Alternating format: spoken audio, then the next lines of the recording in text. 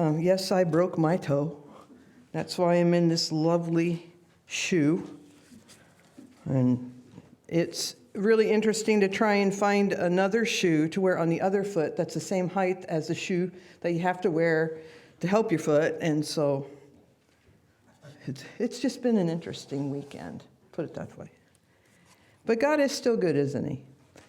And I was telling, I'm just finishing the book of Acts with the students, and we're going to start poetical books next week.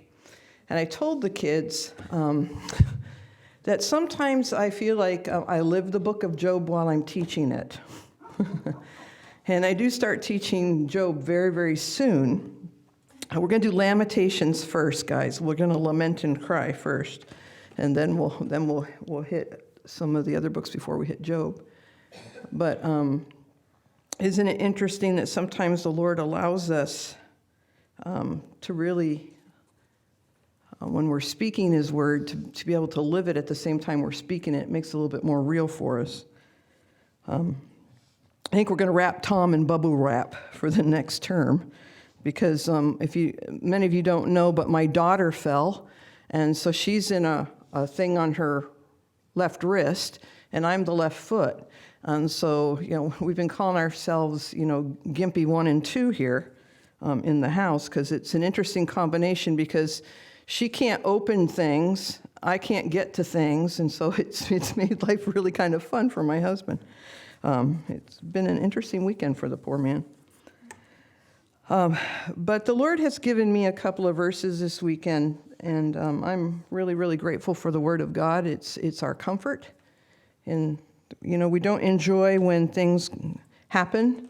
And I am just really, really grateful that I broke my toe in March instead of June. I can't even fathom what that would have been like.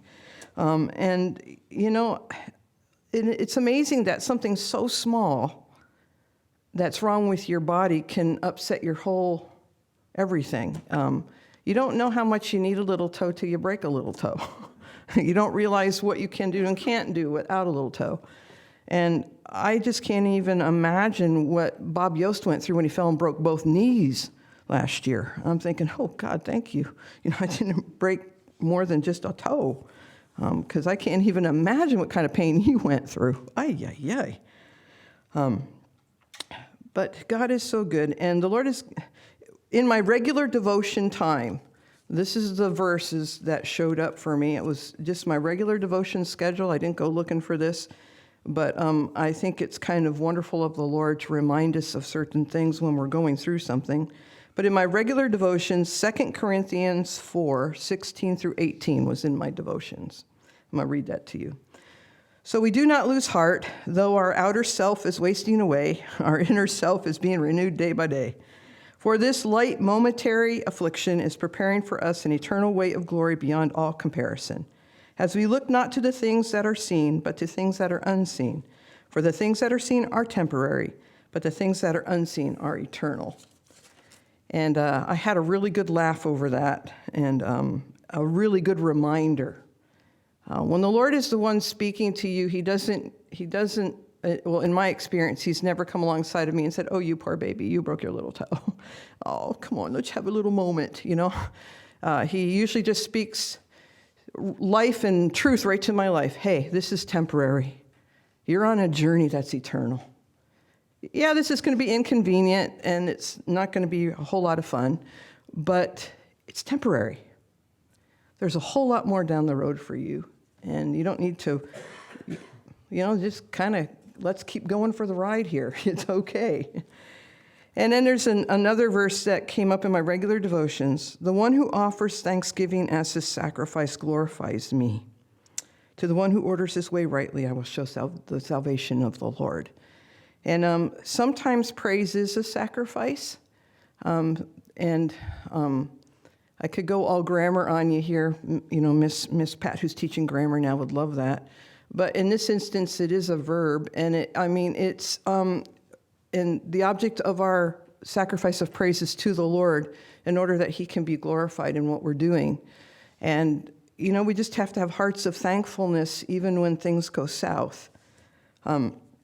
our family is experiencing it's coming from all ends for us right now as a family, but the Lord is the only one we have to look to.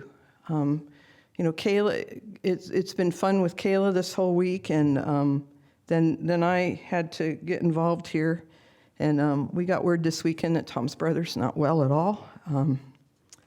He's totally wheelchair bound now. But the thing that gives us hope and encouragement is 2 weeks ago, Tom got a phone call at 1 o'clock in the afternoon, which is weird to get a phone call from Illinois during our lunch break. And it was David's business partner, who is a believer, and he called Tom to say, "Hey, Tom, I needed to call you right away, buddy, because you need to know what just happened. David prayed the sinner's prayer out loud with me, and with tears running down his face, says that he knows he needs the Lord, because we all know that he's going to die here." And so we were really, really blessed and excited, because he had been saying things like, "Yeah, I know God's the answer. I know that's how you get to heaven." But we hadn't seen any evidence that he actually made a true commitment. And so it's exciting for us as a family. And we're claiming that and hanging on to that. There's a lot of short-term memory problems that come with brain cancer, but we're hanging fast to that he made that commitment. And so we're really excited about that. My father's also not very well. Matter of fact, I'm scheduled to fly on the 15th to Pennsylvania for a weekend. I'm really excited about that with this little gem here. But I do need to have some conversations with my parents. And I have a hope that my dad loves the Lord and my mom loves the Lord, and together they're, going through life together. They've been together for 59 years.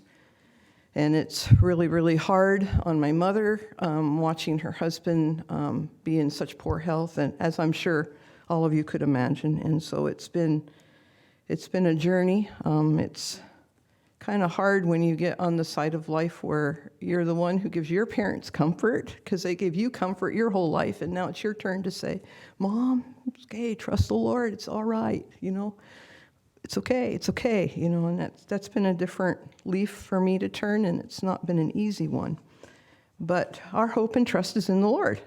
And, if you're going to make that claim that God is with you, then, you got to believe that, and you got to walk in that. And that's what I'm doing right now. I'm believing that. I'm walking in that God is with me.